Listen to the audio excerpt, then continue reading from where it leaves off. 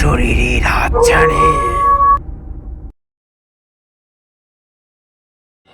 Welcome to অশরীরী হাতছানি। আজকে আমাদের এই চ্যানেলটি প্রথম লঞ্চ করা হলো একদম ব্র্যান্ড নিউ ঘটনার সাথে। সবার আগে বলে রাখি, শুভ শিবরাত্রি। আজকে শিবরাত্রি এবং আজকের দিনেই, এই শুভ দিনেই আমরা আমাদের এই চ্যালেঞ্জটি লঞ্চ করলাম একটা ব্র্যান্ড নিউ ঘটনার সাথে। তো সবার আগে একটা কথা বলে রাখি, চ্যানেলটি লাইক, কমেন্ট অ্যান্ড সাবস্ক্রাইব করতে ভুলবেন না। ঝটপট লাইক, কমেন্ট অ্যান্ড সাবস্ক্রাইব করে দিন, কারণ আপনাদের লাইক, কমেন্ট অ্যান্ড সাবস্ক্রাইবের উপর আমাদের এই পরিবারটা তৈরি হওয়া নির্ভর করছে।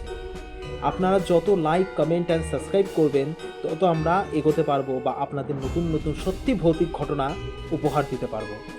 তাই দেরি না করে চলুন ঘটনা শুরু করি। এবং ঘটনা শুরু করার আগে অতি অবশ্যই লাইক, কমেন্ট আর সাবস্ক্রাইব করে নেবেন। তাহলে আজকে আমি একটা অতি সত্যি ভৌতিক ঘটনা, যেটা আমার জীবনে ঘটে গেছে, সেটা আমি আপনাদের সামনে পেশ করছি। আর হ্যাঁ, আরও একটা কথা, আপনারা যতটা পারবেন ঘটনা পাঠাবেন, যেমনই হোক ঘটনা পাঠান এবং সেই ঘটনাটি আমি পড়ে আপনাদের সামনে পেশ করব। আর ঘটনা পাঠাতে গেলে আমার ডেসক্রিপশন লিঙ্কে আমার ফেসবুক লিঙ্ক দেওয়া রয়েছে, সেখানে আপনারা আমাকে খুঁজে পাবেন, সেখানে ঘটনা পাঠাবেন। আর আপনারা যত ঘটনা পাঠাবেন, একটা কথা মনে রাখবেন, সেই ঘটনাটি যেন অন্য কোনো ইউটিউব চ্যানেল বা রেডিও চ্যানেল বা যে কোনো জায়গায় যেন সেটা ব্যবহৃত না হয়ে থাকে, একদম যেন ব্র্যান্ড নিউ ঘটনা হয়। ওকে, তাহলে শুরু হচ্ছে অশরীরীর হাতছানি। আজ যে ঘটনাটা আপনাদের বলতে যাচ্ছি, ঘটনাটা ঘটেছিল আজ থেকে অনেক বছর আগে।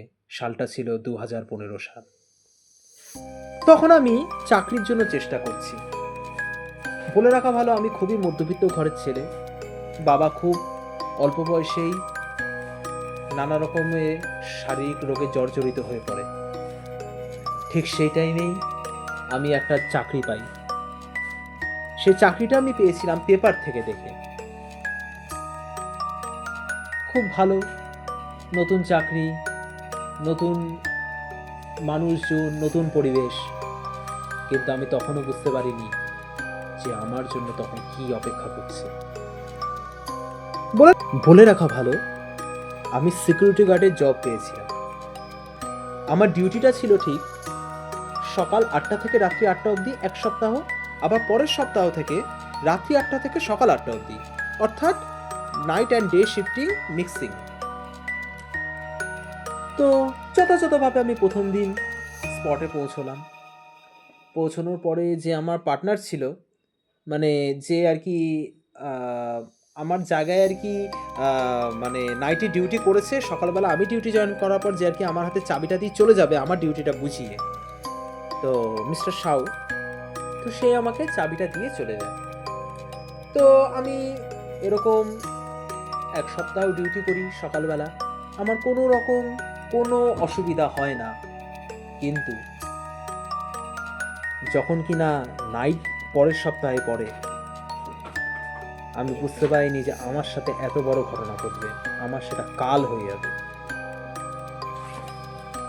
যথাযথভাবে আমি নাইট ডিউটি যখন করতে বসলাম, রাত তখন 12টা, আমার চোখ ঘুমে আচ্ছন্ন হয়ে এসছে। এমন সময় আমি একটা শব্দে উঠে দাঁড়ালাম।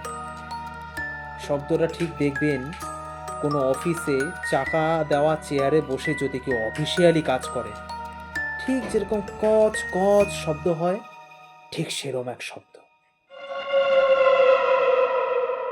আমার গায়ের লোম খাড়া হয়ে গেল, শীতদারাতি ঠান্ডা স্রোত বয়ে গেল।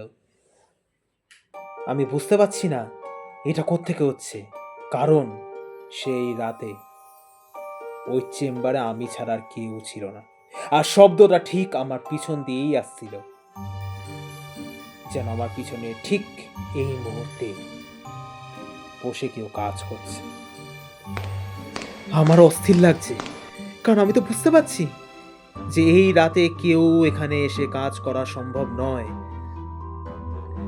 আমি পিছনে তাকানোর চেষ্টা করছি, কিন্তু তখনই আমার বিবেক আমাকে বলছে, না, পিছনে তাকিও না, কারণ পিছনে কেউ নেই। সেই মুহূর্তে আমি বুঝতে পারছি না আমি কি করব, কাকে ডাক দেব, কাকে কাকে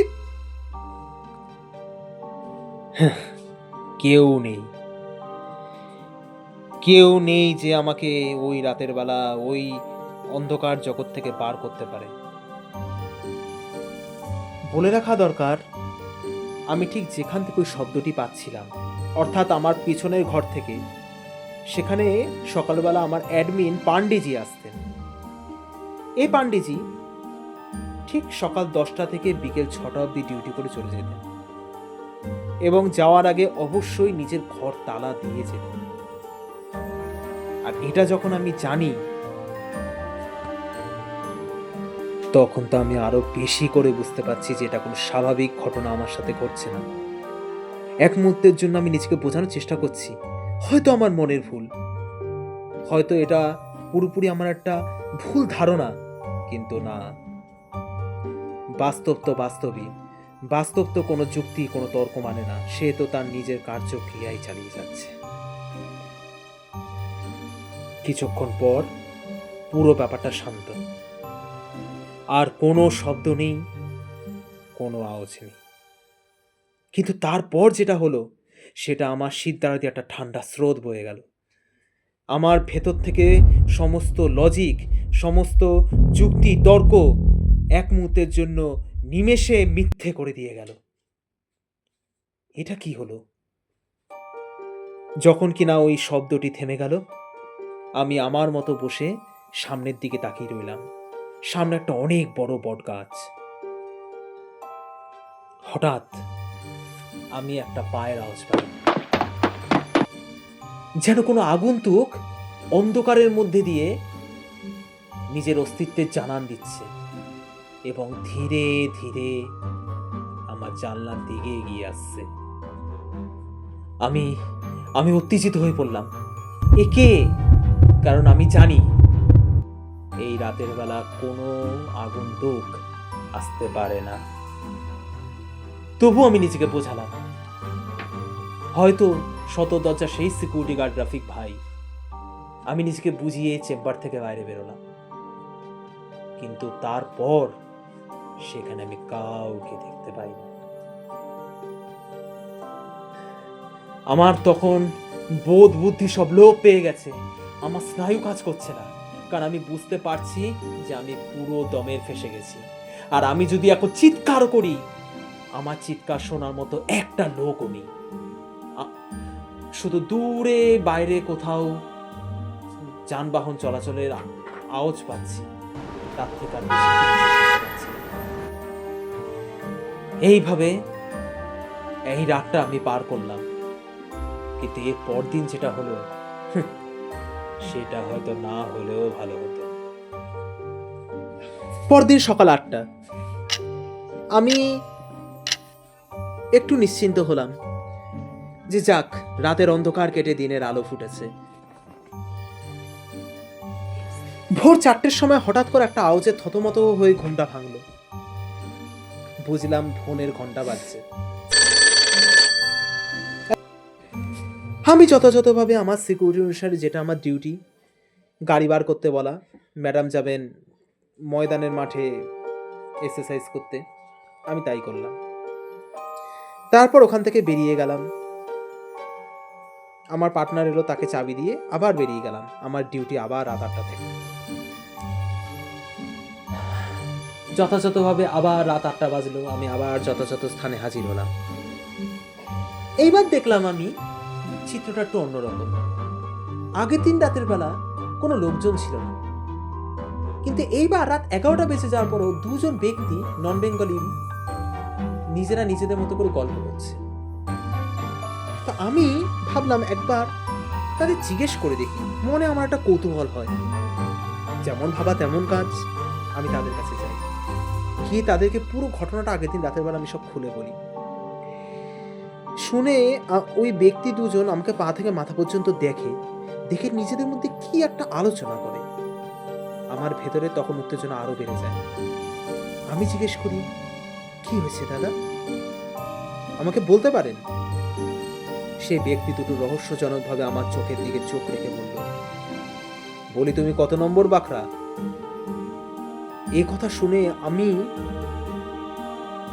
বুঝতে পারছি না শুধু কি বলবো। আমি বললাম, মানে? সে ব্যক্তি দুটো বলল, তোমার আগে এখানে আরো অনেক সিকিউরিটি গার্ড এসে গেছে, কিন্তু কেউ টেকেনি। তোমার মাইনে এখানে কত? আমি বললাম, আমার মাইনে আমার 7,000।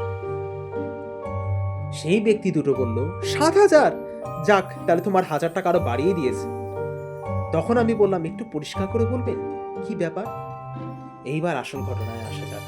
সেই ব্যক্তি দুটো বলল, এই জায়গাটা আগে করাপ্টেড জায়গা ছিল। এই জায়গায় অনেক আগে অনেকে গলায় দড়ি দিয়ে মরেছে, তো কেউ সুইসাইড করেছে, তো বা বলা যায় তাদের কাছ থেকে আমি যেটুকু ঘটনা জানলাম, ওখানে অনেক আগে অনেক এমন কিছু ঘটনা ঘটে গেছে, বা এমন কিছু সাক্ষী আছে ওই জায়গা অনেক দুর্ঘটনার, যেটা কিনা হওয়া উচিত ছিল না। আমাকে বলল যে, দেখো ভাই, তোমার সামনে যে দোতলা বিল্ডিংটা দেখছো, সেই দোতলা বিল্ডিংয়ে অনেক আগে একজন ডাক্তার ছিল, যে ডাক্তার সাধারণ মানুষের চোখে ভগবান ছিলেন, এবং একদিন ওই ডাক্তারের অকাল মৃত্যু হয়, কিন্তু সে মৃত্যুর কারণ জানা যায়নি। তারপর থেকে অনেকবার যেই যেই দিনে সেই ডাক্তারের চেম্বার থাকতো, সেই দিনে সেই ডাক্তারের ঠুকঠাক আওয়াজ আসতো রুম থেকে, যেন তিনি পেশেন্ট দেখছেন। অনেকে টর্চ নিয়ে দোতলায় গিয়ে সে ডাক্তারের ঘরের বাইরে উকিঝুঁকি মেরেছে, কিন্তু দেখছে না, চেম্বার তো বন্ধ, ঘরের ভিতর কিচ্ছু নেই। কিন্তু সেই ব্যক্তি দুটোই যখন আবার নিচে নেমে এসছে, তখন দেখছে আবার ওপরে ডাক্তারের যেন চেম্বার চলছে। আর তাছাড়া আরেক ব্যক্তি বলল, অনেক আগে গরমকালে তিনি একবার চৌকি পেতে শুয়েছিলেন।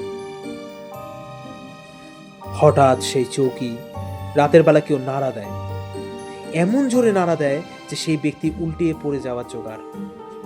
হঠাৎ সে ব্যক্তি জেগে ওঠে যে কে এই রাতের বেলা কে তার চৌকি এভাবে নাড়া দিচ্ছে, কিন্তু তিনি কাউকে দেখতে পান না।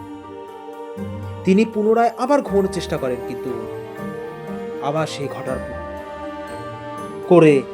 একই ঘটনা ঘটার পুনরাবৃত্তি হয়। তখন সেই ব্যক্তি বুঝতে পারে হয়তো তার সাথে কিছু ভুল হচ্ছে, এবং তিনি কি করেন, সেই চৌকিটি সেই জায়গা থেকে সরিয়ে পাশে রাখেন, এবং তিনি শান্তিতে ঘুমিয়ে পড়েন, আর কোনো ডিস্টার্ব সেই রাতে হয় না। তখন আমাকে যেটা উনি বোঝালেন, আসলে ওই জায়গা দিয়ে অনেক অশরীরী যাওয়া আসা করে, এবং আজও সেখানে নাকি অনেক কিছু দেখা যায়। এই সব ঘটনা শোনার পরে আমার তো আর মন লাগছে না। আমার মনে হচ্ছে আমি সেই মুহূর্তে ওই জায়গা ছেড়ে পালিয়ে যাই, কিন্তু অগত্যা, আমাকে যে ডিউটি করতেই হবে। যাই হোক, মন থেকে সব কুসংস্কার ঝেড়ে ফেলে, সব ভয় ঝেড়ে ফেলে আমি গিয়ে আমার চেয়ারে বসি, ঠিক রাত 1টা। আমি বসে বসে শুধু সেই লোক দুটোর কথা ভাবছি, কি বলল লোক দুটো,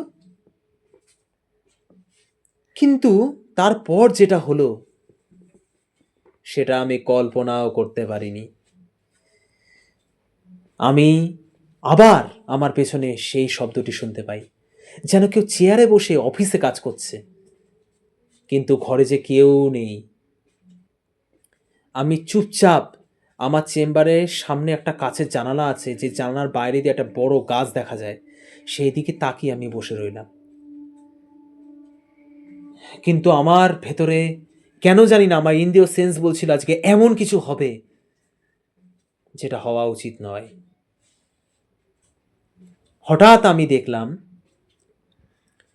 আমার পাশে যেই দোতলা বিল্ডিংটা, মানে যে বিল্ডিংয়ে ডাক্তারটির মৃত্যুর কথা বলেছিলেন সেই ব্যক্তি দুটো, সেই বিল্ডিংয়ের লিফটের ঘর দিয়ে একটা অবয়ব দেখা যাচ্ছে, এবং অবয়বটি অদ্ভুতভাবে লিফটের কলাপসিবল গেট ভেদ করে বেরিয়ে এলো। তারপর আমার সাথে যেটা হলো, আমি কি দেখছি? এ কি? অবয়বটি আস্তে আস্তে প্রকাণ্ড বড় আকার ধারণ করল, এত বড় আকার যে একটা দোতলা বাড়িকেও টেক্কা দিতে পারবে। চওড়ায় বা আয়তনে একটা দোতলা বাড়িকে ঢেকে ফেলার মতো সমান হয়ে গেল সে বড় হতে থাকলো, আরো বড় হতে থাকলো, আরো থেকে আরো বড় হতে থাকলো। আমি বুঝতে পারছি না আমি কি করব। এ কে? এ আমি কাকে দেখছি? সে ধীরে ধীরে এগোচ্ছে, কিন্তু এ কি না, সে তো হাঁটছে না। সে হাঁটছে না, যেন সে শূন্যে ভেসে, ঠিক পায়ে কোনো চাকা লাগানো থাকলে যেভাবে উড়ে আসে সেরকম ভাবে যেন উড়ে আমার দিকে আসছে। আমি এক মুহূর্তের জন্য আমি ওখানে জমে গেছি। আমি আমি কি করব? আমি না পালাতে পারছি, না বসে থাকতে পারছি, না উঠতে পারছি, না ওইদিকে তাকিয়ে থাকতে পারছি, না চোখ বন্ধ করতে পারছি। কিন্তু সে আসছে আমার দিকে। সে পরিষ্কার লিফটের রুম কলসিকল গেট ভেদ করে বেরিয়ে এলো। তার আকৃতিটা যেন সেটা রেনকোট পরে রয়েছে, কিন্তু না তার পা আছে, না তার মুখ আছে। এমনভাবে সে দ্রুত গতিতে আমার দিকে আসছে। আমি নিজেকে তলিয়ে যাচ্ছি, কিন্তু আটকাতে পারছি না। আমি বুঝতে পারছি সে উড়ে উড়ে আসছে, আমার দিকে ধেয়ে আসছে। আমি এক মুহূর্তের জন্য চোখ বন্ধ করিনি। তারপর যখন চোখটা খুলি, না, সে তো যায়নি, সে আসছে। সে যেন আমার সাথে খেলা খেলছে, এক অদ্ভুত মৃত্যুর লীলা করছে সে। তারপর আমি দেখলাম সে ঠিক আমার চেম্বারের জানলাটার কাছে এসে দাঁড়িয়ে। ব্যাস, তারপর আমার আর কোনো সেন্স থাকে না। রীতিমতো আমি অজ্ঞানের মতো হয়ে যাই। হঠাৎ আবার একটা দমকা হাওয়া আর একটা উটকো আওয়াজে আমার ঘুম ভেঙে যায়। কিন্তু যখন আমার ঘুমটা ভাঙে তখন আমি অনেকটা স্বস্তি পাই, কারণ আমি দেখি দিনের আলো ফুটেছে। আমি যথাযথভাবে আবার গাড়ি বার করি, ম্যাডাম বেরোলেন। ব্যাস, আমি সেই দিনের পর থেকে ওই চাকরি তারপরে ছেড়ে দিই, আর আসি না। তারপর অনেক ফোন করে আমাকে চাকরিতে ডাকা হয়েছে, কিন্তু আমি আর সেই চাকরিতে যাই। এই ছিল আমার জীবনে একটা অনেক বড় সত্যি ঘটনা। ঘটনাটি আপনাদের কেমন লাগলো সেটা আপনারা অবশ্যই কমেন্ট করে জানাবেন। আর হ্যাঁ, এটা আমার প্রথম এপিসোড অশরীরী হাতছানির। যদি কোথাও কোনো ভুল ত্রুটি থেকে থাকে, আমি জানি অনেক ভুল ত্রুটি হয়তো আছে, হয়তো একটু আমি নার্ভাস হয়ে যাচ্ছি প্রথমবারের মতো, সেটা একটু গাইড করবেন এবং আমাকে একটু সাপোর্ট করবেন, যাতে করে আমি আগামী দিনে আরও উন্নত হয়ে আরও সুন্দরভাবে আপনাদের সামনে ঘটনা পেশ করতে পারি বা পরিবেশনা করতে পারি।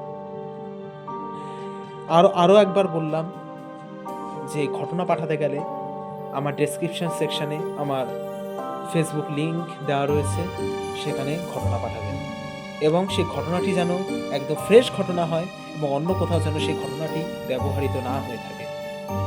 আজকের মতো এইটুকুই। ভালো থাকবেন। Good night. অশরীরীর হাতছানি।